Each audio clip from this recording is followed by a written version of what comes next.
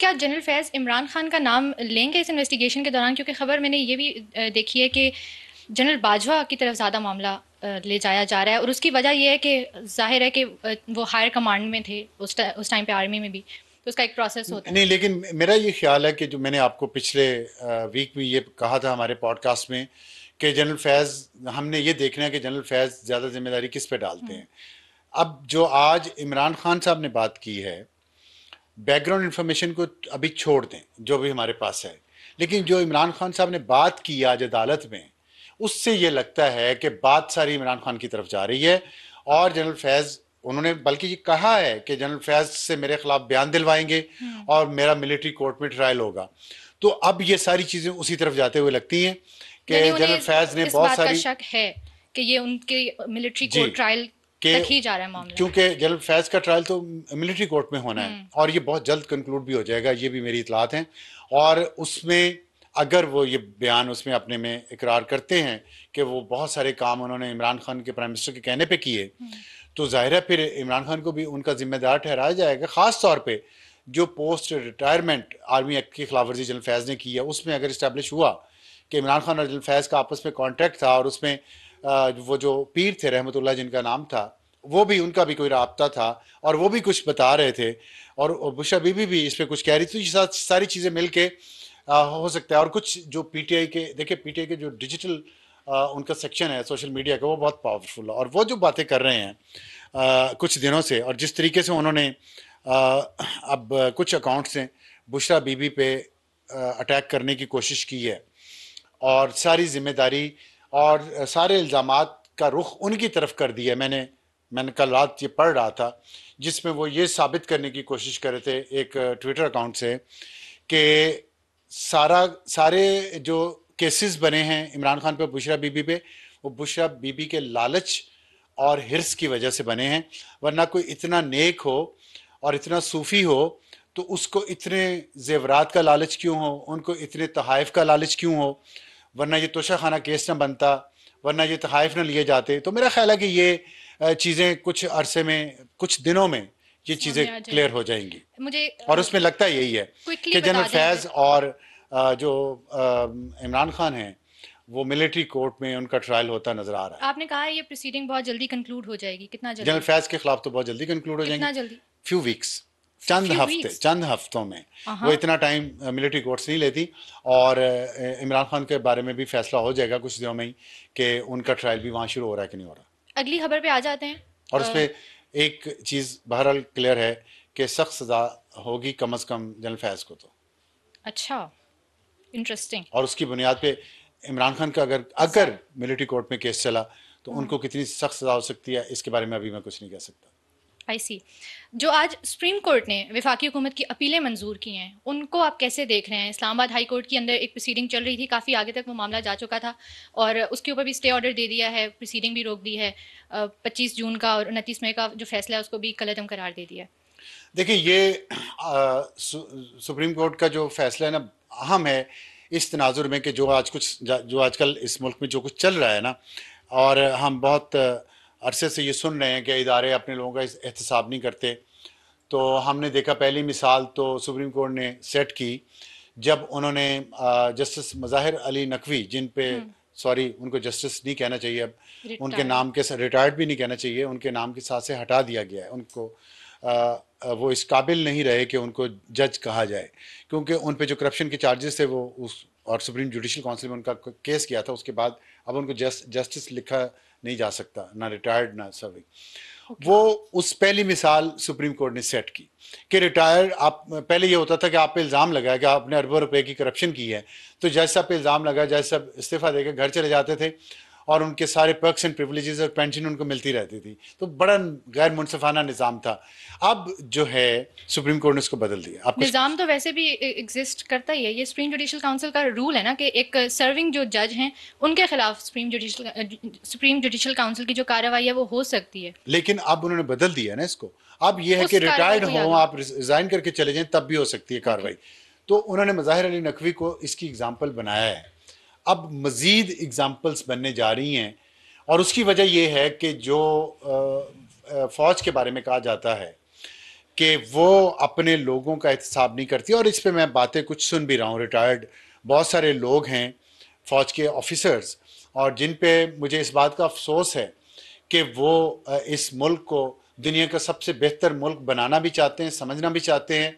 मैं retired military officers की बात कर रहा हूँ, लेकिन वो अपने जनरल फैज़ की जिसकी करप्शन के किस्से और जिसके ज़मीनों पे कब्जे के किस्से और जिसके लोगों के घरों में घुसकर वर्दी पहनकर डकैतियां मारने के किस्से, जिसके सबूत अनडिनाइबल मौजूद हैं, फिर भी उनके दिल में जनरल फैज़ की हमदर्दी सिर्फ इसलिए है कि वो फौज से है, तो ये एक इंतहाई गैर अखलाकी और गैर इस्लामी हरकत है, गैर कानूनी तो आप हो ही की। और मैं ये समझता हूँ कि जो लोग ये चाहते हैं, जो इस मुल्क से मोहब्बत करते हैं, रिटायर्ड ऑफिसर्स की मैं बात कर रहा हूँ, उनको अपने इस अमल पे, और सर्विंग में अगर कोई है तो उनको अपने इस अमल पे, अपनी सोच पे रिफ्लेक्ट करना चाहिए कि क्या हमारे नबी ने यह बताया था हमें। हज़रत मोहम्मद सल्लल्लाहु अलैहि वसल्लम का तो फरमान है कि अगर मेरी बेटी फातिमा भी चोरी करे तो उसका भी हाथ काट दूं। तो यहाँ सिर्फ इस वजह से कि आपके इदारे में एक शख्स काम करता रहा है और आपके इदारे की वर्दी पहन के पूरे इदारे का नाम इस्तेमाल करके लोगों के घरों में डकैतियां मारता रहा है वो, और आप उसको डिफेंड कर रहे हैं। आपके दिल को, आप अफसुर्दा हैं इस बात पे कि कानून के हाथ उस तक पहुंचे। आपको इस बात को सपोर्ट करना चाहिए। आपको फख्रिया ये कहना चाहिए कि हमारा इदारा और हमारे इदारे के रूल्स इतने मजबूत हैं और हम इतने इंसाफ पसंद हैं कि हमारा अगर कोई अपना भी कानून के शिकंजे में आता है तो हम उसको भी डिफेंड नहीं करेंगे। ये असूली बात है, ये इस्लामी बात है, ये अखलाकी बात है, ये फख्र करने की बात है, और इसी तरह करना भी चाहिए। तो मैं ये कहना ये चाह रहा था कि अब जब वो जनरल फैज़ पे हाथ पड़ा है तो अब जुडिशरी में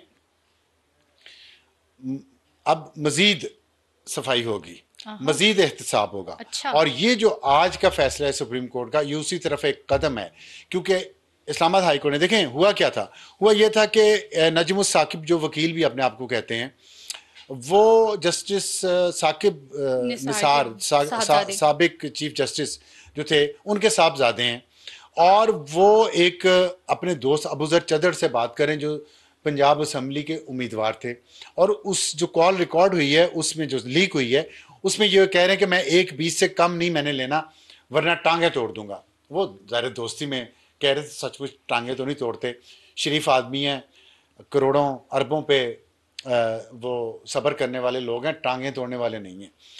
तो वैसे भी अराइयों के बारे में ये कहा जाता है कि वो इतने लड़ने मरने वाले नहीं होते। अराइयों को कुछ ना कहे, मेरे अपने कुछ दोस्त अराई हैं, माइंड कर जाएंगे। चलें, वो तो हमारे हसन निसार साहब भी अराई हैं। अच्छा। और इसलिए वो मैं नहीं कहता उनको, लेकिन 1:20 से कम न लेना। अब 1:20 पता नहीं 1,20,00,000 है, 1,20,00,000 है या 1,20,000 है, मुझे इसका नहीं पता, लेकिन वो इसमें कह रहे हैं। और कह रहे हैं कि बाबा को मिलने आओ तो आ जाए और उनका शुक्रिया अदा करें। और बाबा कौन है? बाबा जस्टिस साकिब निसार हैं।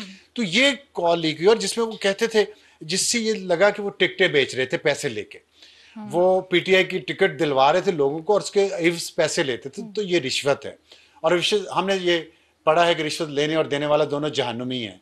और जस्टिस साकिब निसार साहब तो यहाँ बहुत अखलाकियात का दर्स भी देते रहे हैं। तो रिश्वत उनका बेटा अगर ले रहा है, और ये एक ऑडियो लीक आई है, इस पे इस्लामाबाद हाई कोर्ट में जब केस हुआ तो इस्लामाबाद हाई कोर्ट को नहीं चाहिए था कि वो इसको रोक देती। और ये वाकया पता है कब का है? ये वाकया है 29 अप्रैल 2023 का। तो आज तकरीबन 1.5 साल हो गया इस वाकये को। अब 1.5 साल से आपने उस केस को रोका हुआ है, उस पर तहकीकात नहीं होने दे रहे। पार्लियामेंट में वो केस किया, पार्लियामेंट्री कमेटी में, वहां से भी रोक दिया। हुकूमत ने एक जुडिशल कमीशन बनाया, उमर अता बंदियाल जो साबिक चीफ जस्टिस हैं फिर, और उसी लाहौरी ग्रुप के वो मेंबर हैं, उन लाहौरी ग्रुप के जजेस के, जो जस्टिस काजी फायजीसा के खिलाफ मुहिम चलाते रहते हैं हमेशा। और उन्होंने भी इस तहकीकात को, इस जुडिशल कमीशन को काम करने से रोक दिया। तो सच बाहर नहीं आने दिया गया। सिर्फ इस बात पे बहस होती रही कि कॉल रिकॉर्ड किसने की, क्यों की, होनी चाहिए नहीं होनी चाहिए।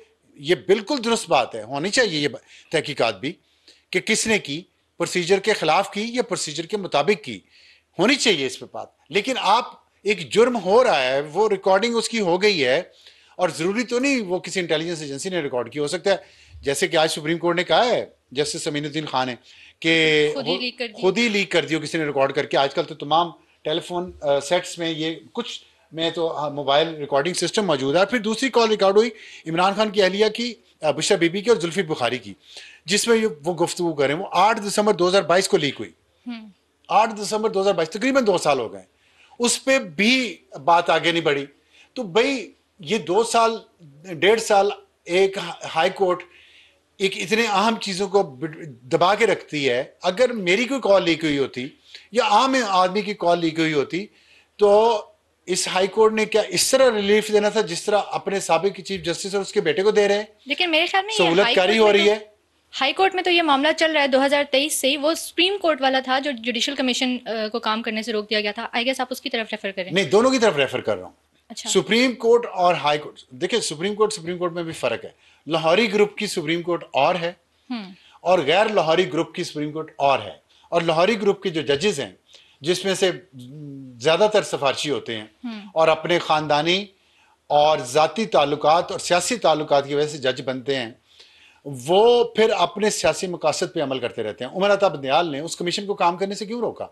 बहुत अच्छा सवाल आज उठाया है सुप्रीम कोर्ट के जज अमीनुद्दीन खान ने और अफगान साहब ने। उन्होंने कहा कि क्या सच सामने क्यों नहीं आने दिया जा रहा? देखिए, एक कमीशन बना, उसको रोक दिया काम करने से, सच सामने ना आए। पार्लियामेंट्री कमेटी ने एक इसकी तहकीकात शुरू की, उसको रोक दिया। क्यों? इस बुनियाद पे कि ये कॉल रिकॉर्ड करना कानूनी है, ये गैर कानूनी, ये बात है ना, इस बात पे रोका ना हाई कोर्ट ने। हाई कोर्ट इस बात की तहकीकात करती रहती कि कॉल किसने रिकॉर्ड की और क्यों की है।